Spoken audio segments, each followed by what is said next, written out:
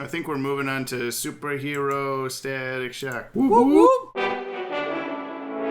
So you directed multiple episodes for the first season of Static Shock, the second episode after Shock, and Sons of the Father, which involved the whole topic of Richie Foley's father being a bigot. Even more interesting after Dwayne McDuffie has confirmed that Richie in the cartoon was coded as, you know, a gay man. So what was your experience like working on such a groundbreaking show and working with Dwayne McDuffie? Coming off of Batman Beyond and stuff, it was nice. It was a good show. It was a great show, and I was happy to be on it. Believe me, it was really cool. I had the first few issues of Static, but I wasn't really as into it. So this was kind of like learning the character through our show. I was more into like the fact that the characters didn't have shadows and all sorts of stuff. It looked different art direction wise. It didn't look like our stuff. Well, and it originally wasned intended to be, I think, part of the same universe. It wasn't. Kind of roped in later. That's exactly it. Yeah, it should look better. It should look better. We're getting $500,000 per Batman episode. Right. It was really special, and I knew it was at the time. It really was a groundbreaking and an awesome thing. Interesting coincidence. Phil Lamar, he was 15 years old when I was on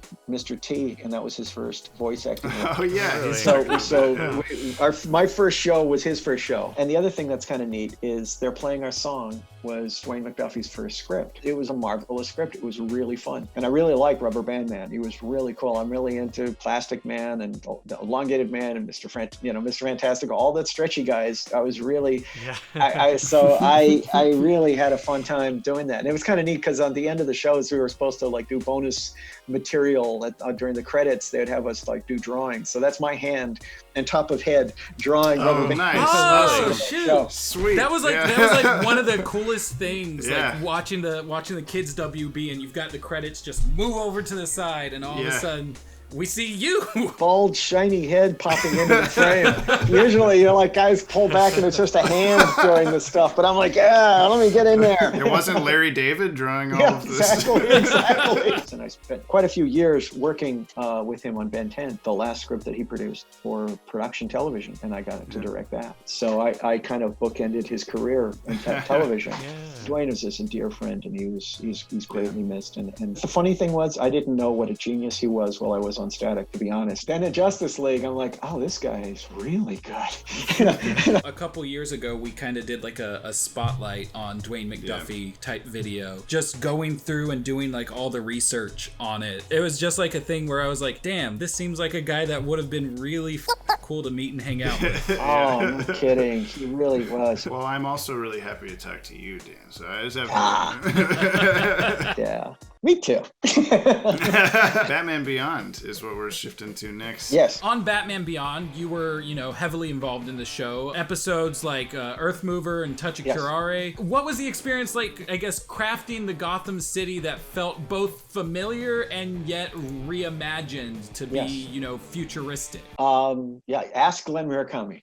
As a fly on the wall, because I was. It was a challenge. But Glenn had this really cool graphic sense that was sort of noir, but also futuristic, something that sort of suggested Blade Runner without exactly being Blade Runner. We opted on purple skies because we had done already blue for Superman and red for Gotham. They're like, what color? Well, let's combine them. They're purple skies. We just assumed they got better air quality. Some weird accident that caused the air to just go purple at night. That damn near apocalypse. That near apocalypse, which is like we're living through now. Yeah, what does happen in the near apocalypse, Dan? Can you tell us everything? Every single detail. We talked about Epilogue a little bit. Keep Epilogue a Secret was a video that we came out with. Are you pro or against it? Oh, of like what actually happens in it? Yeah. I'm a fan. Yeah. Okay. No, because a lot of people but they go, I don't like that thing because now he's less special and blah blah blah. I've heard Alan Burnett wasn't a fan. Yeah. Yes, and I get that because I kind of hate when people retcon, like, I don't ever wanted to see Peter Parker's parents. Stan Lee wrote that. Oh, this is horrible. I hate this. Well, Stan Lee also made Stripperella, so the guy can goof every now and then. I have friends that worked on that, so I won't comment. That memo. I liked that. Yeah, that is just everything on that list. It's like, okay, it's going to be this most futuristic thing you've ever seen. The phones will have video capability, and the cars will run on electricity. And we're going to find out what happened to Dick Grayson too. That was going to be a reveal. That, like, what happened to Dick Grayson here? We never did resolve him in that universe. So Nightwing? So where is Nightwing? Where is Nightwing? What happened? Hashtag. I can't say. I don't know. They didn't write it. In the epilogue episode, there's a bunch of black and white sequences. Yes. Which have been back and forth of whether those are flashbacks to things he's actually done or intentions that he has to do things. How do you read them? No, there's no reading. I did it. So, I mean, it's absolutely the latter, not the former. These aren't things that happen. These are projections in his mind of how things can go wrong when he tells Bruce this or when he tells, Dana that. And also because the show is filled with real flashbacks. Amanda Wallace telling stories, and we have to assume that she's not lying. So her flashbacks are real, but Terry's, they're black and white because they're not real. In one of those, what do you want to call them? Think forwards. Yes. Anxiety attacks. Yes, exactly. We've got the Iniquity Collective of the Injustice Gang of the future. Right. There is like a second parasite. Was there any like backstory on that guy at all? He's just there. I'm sorry, I can't answer this. Okay. He's just there. I don't know. I mean, we've seen some fan theories that it's Mad Stan got turned into a parasite. Oh, interesting. Okay, that sounds cool. Was it your idea to bring the Royal Flush Gang back into the flashback since you did the Justice League Wildcards episode and Batman Beyond's Dead Man's Hand? No, not my idea. But my shot in that I'm very, very proud of was the Joker, the infinite Jokers in the TV screen. It is so cool looking. I came up with that. So I take credit for that. We didn't have Photoshop. I had to do it old-fashioned with an X-Acto knife and a Xerox. Oh my God. And I was like, 10%, 10%, 10%, a million copies, and it's just this big, thick, giant pyramid of to tape it down, and then copy that so it would actually like be flat at some point. Zeta Project? Yeah, time for the most important of the entire DCAU, the one that nobody knew about until we started talking about. I know. Well, here's the thing: is for some reason, and I don't know why, and I think maybe there was footage that it was used, or because I did an episode of Batman Beyond called Zeta, they credit me on IMDb as being one of the directors on the series, and I never was. I didn't do any of it. That's I worked fascinating. on Static instead. Basically, the crews were divided between Static and Zeta. We were able to keep pretty much everybody and add some until Justice League started. So your main input to Zeta is the Zeta episode. Exactly. And that's it. Yeah. Just kind of a co-creator. No, Bob Goodman came up with the idea. No, I can't take any credit. Take it, Dan. Just take the credit. No. But we did reuse the Zeta robots for Justice League. Right. So I mean, they ended up being the robots that the Justice League trains on. So that's kind of cool. So it all folds back into that universe. Did you have any input on the boomerang head character design? Bruce just kind of thought it would look cool. He didn't want something that was like a real head that you could relate to. It's fascinating that they decided to bring that back when it was just like nobody really knows about the show. Yeah. When I flash back, when I'm talking about Static and then Batman Beyond, towards the end of Batman Beyond, we started hiring Keith Giffen, the comic book writer and artist, to do storyboards for us. He did a bunch of the Batman Beyonds and then folded into my crew on Static. So I think he did some of the Zeta drawings. The Zeta stuff is like the hardest concept art to find out of all of these shows. So you weren't actually on that show at all, so I guess that covers our questions. I know. I'm sorry. IMDb lied in that case. They actually said I did. DC put out a series of digital-first comics in 2013 that kind of carried on the show as if there was going to be another season. We're wondering if you had been able to work on another season. Were there any plans to do so? And if not, or if so, what would you have liked to see? I really liked the character of Max. I thought she was really fun. Everyone was sort of against the idea of her ever putting on the suit. She could put on the yellow one. That's right. Let's create that canon. Yes. But the idea is like she's sort of a Batgirl, cipher. She kind of at some point would deserve to have gotten into a bat suit. It would have been kind of cool. On any of the shows, were there any episodes that you remember fondly as like, oh, this is coming down the pipeline, awesome, and then it just never happened? Yeah, I'll tell you one that I kind of knew it wasn't going to happen when it happened. I was railroaded into going to a diamond distributor convention in Atlanta. Bruce didn't want to go, Alan didn't want to go, Paul didn't want to go. Nobody wanted to go. Free trip, convention? Sure, I'll do this. Why? What not? And then I got there and it's like, what am I supposed to do? And you're like, shake some hands, stand at a booth, talk to stuff. Oh yeah, and you have to give a 20-minute talk. I'm like, what? Neil Gaiman was there talking about Sandman and stuff. So I got to talk to Neil Gaiman in the green room for a while, and that was actually really cool. And he's like, oh, Paul Dini talked to me. We were going to do a Sandman-Batman crossover. Really? Past That's tense. cool. And he's like, yeah, but Bruce killed it. It was just they didn't think it would fit into the universe well enough. Then it became a thing because we had Dreams of Darkness. We had Perchance to Dream. We had all this stuff where it's like dreamy, dreamy, dream. And Bruce is like, no more dreams. No more dreams. So then you did Over the Edge. Bingo. Paul comes into my room, and he goes, I'm in a pickle. I came up with the coolest story in the world, I think. I don't want to pitch it because Bruce is going to say no. So what is it? Well, Barbara Gordon dies and this, that, blah, blah, blah, blah. And he's describing it, and I'm like, oh my gosh, I'm on the edge of my seat. Oh my gosh, this is the best story ever. One might say over the edge. It's too good. He's not going to say no. He's like, go pitch it. Go pitch it. So he pitched it to Bruce, and Bruce was like, you bastard. All right. No more after this. Yeah, then you did the Justice League Dr. Destiny episodes. Yeah. Like after that, no rules. There are no rules after that. The other cool thing about that episode, Easter eggy kind of thing, although you can kind of tell anyway, so yeah, is that TMS had been pushing to do digital backgrounds and digital animation, and we were like, no, because it'll stand out. And they were like, look, we'll do a scene, and if you can tell that it's digital, then we won't do it anymore. All right, fine. And we could tell. But it was so good. We were like... The Batboat stuff? The Batboat stuff. Yeah, it's obvious. But it was so good that you're like, oh, we can't say no to this. Yeah, it is an awesome sequence, So that was... Nightwing coming in. Yeah. So that was the end of the cells. But it opened the door for a lot of effects and stuff that we couldn't do before. In Batman Beyond, when they switched from cells to... Yeah, to digital animation, it's much brighter, it's much cleaner. What was your guys' opinion on that when that came back? Was like that it was because the Blade Runner aesthetic kind of like slightly deteriorated. Absolutely. I know what you mean, because we kind of noticed it, but it was also the bonuses outweighed the minuses. We were able to do so many more effects. I'm sure it's way faster, and for them they can paint, because that was one of those things where you're on a TV production that takes so much time, and there's so many retakes of just unnecessary paint mistakes and stuff. Even digital, when you're going fast, they make them, but it's not as often, and it's easier to fix. Yeah, on the Blu-ray, The Call Part 1 is like too bright. Every black colored thing, you can see every pencil line underneath it. So when Terry's like mouth moves, there's just a cutout of his mouth. So they've like made it kind of worse by bringing it to Blu-ray, but it's still the best it's ever looked. So. Because of the stuff that I did, it would be difficult to pull one episode, 20-something years of this stuff,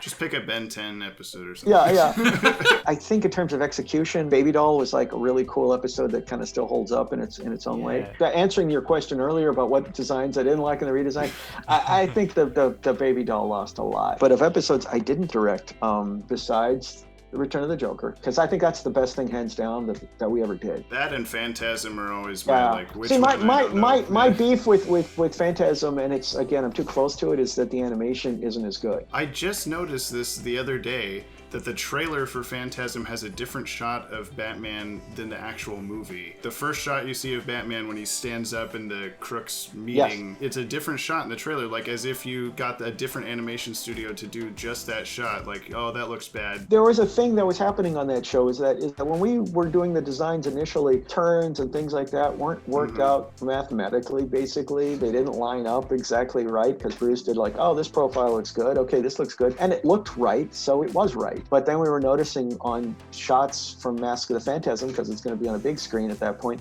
oh, why are they having trouble with this profile? Why does it not move right when it's, like we're looking at the drawings. I go, well, the drawings don't match. Even before we did the redesign for the new look, we went back to the drawing board, literally, and did new turns on Batman so that his head would turn and animate better. Yeah, there's like 4 different model sheets for Batman. Yeah, there's an episode of Batman Beyond that James directed called Out of the Past. I think I was originally going to get it because I was at the record. That was awesome. That has the Batman musical, and also it has the best in Star Wars in-joke that nobody is ever going to get, and I'm going to reveal it to you now. When they were recording Return of the Joker, Mark Hamill, he was just talking about listening to Darth Vader on the set, and he started doing David Prowse impersonations. So what happens is he's doing this impersonation of this sort of English farm voice, but he's doing Darth Vader dialogue with this accent, and it's hilarious, and we're in tears. Like, this is so cool. Bruce, like, we should just do that character. So when this episode came down, and because David Prowse had played a character in Clockwork Orange, the bodyguard, and he's got these big, thick glasses that kind of make him look a little like Austin Powers, and Mark Hamill, they brought in Mark Hamill to do the voice. And that was a hoot, because Mark would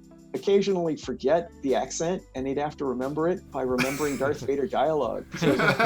So that was actually a favorite experience, and it was a great episode too. It was a really good episode. And the other favorite episode, the Justice League, Great Brain Robbery, was the biggest, like the most fun. Yeah, that's a go-to for that sure. was really, really fun. I'm sure Michael Rosenbaum had a lot of fun being Lex Luthor again. Well, how they did that too was that they would have to read each other's lines and feed each other, and that was like a comeuppance. Clancy would say his line, and Michael Rosenbaum would have to imitate it, and then vice versa. When Rosenbaum would feed Clancy, it was hilarious. He'd be like, "Whoa!" And they would always be like, "You bastard!" And then he would do it, and it was awesome. It was so much fun. Because I'm evil. Yeah, that record was a laugh from beginning to end. What other upcoming projects are you working on that you can talk about? I can't really. I'm at DreamWorks. I worked on Dyna Trucks and a bunch of stuff that's on Netflix. Actually, I can just say the genre. It is actually a preschool show, my first in my 30-something years of working in the business. I've actually Blue's Clues Strikes Back.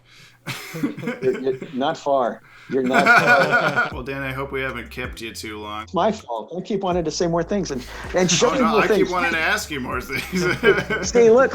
Wait, there's more. Look. This is me kicking myself in the head by Glenn Murakami, because I used to do that. That's a gag in the Pixelated episode where if you look at the comic strips, Dan Danger, that's a gag that Bruce threw in. I got more stuff to show. Wait.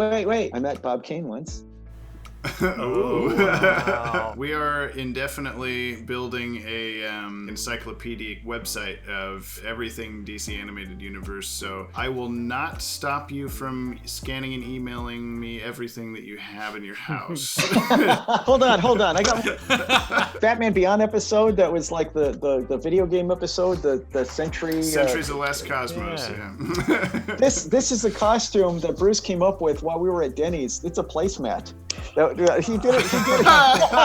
It's a ballpoint on a placemat. Isn't that cool? See, this is the stuff we need, Dan. Color scans of Brainiac. Awesome Brainiac designs. Yeah. Oh, wow. I actually came up with the animation cycles of the electricity. I did that stuff. Keep talking about Earth Mover. Here's. Ooh, oh, that's beautiful. I would love to just own that. Oh my god. And this is an original. Actually, those are copy Xeroxes, but this is an original. This is Supergirl under the Oh my god. Which ended up becoming a thing where we brought this back in Justice League. Because Galatea was like, that's the same bench table that she had. The same stuff she's hooked up to and everything. Yeah. So, and then this is like, people talk about like what Bruce does, leaves people alone, or does he like hands on? Well, he does hands on occasionally. And this is a post-it from Superman where Lois says nice S. Nice S, yeah. He wants to make sure that we see that S and fool the audience into thinking that she's saying something else. This is so cool. You don't understand. Like we have like a cloud drive full of this kind of stuff. So like seeing more of it that's not on the internet anywhere yet is just like, wow. More Bruce Lex and Grodd. Yeah. Oh my god. I'm melting over here. Yeah, I know. So it's like, this is just like a little bit. I got to find the stuff. I've got other stuff in boxes that I've got to like. Come back and we'll do show and tell with Dan Riba. Yeah. Special episode. Yeah. Thank you so much for being here, for showing us this stuff, for answering all our stupid timeline mix yes pixelated questions. You're welcome. My pleasure, really. It's still so weird to me that like we grew up watching these shows. Like we were the target demo for this. Yeah. And like here we are 10, 20 years later and we're getting to talk to the people that made them. I know. Believe Just me, because we have a YouTube channel. Right. I know. And here's a script for Obsession, the Paul Dini Superman. Oh my god. And what else do I got? Dan, you're killing us.